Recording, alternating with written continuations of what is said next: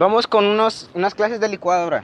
Díganos, señor Ernesto, hola. Yo qué, güey, el dueño es este, güey. A ver, ¿cómo se hace un licuado? Me gusta voltear. Tiene flash, güey, y está de día. Eso no le hace, es para la luz, mira. Así sí está oscuro. Esto es lefa, güey. No, esto plástico. es el plastiquito para... ¿Para qué? Arráncaselo, güey, arráncaselo. Es un unboxing de la licuadora Nueva.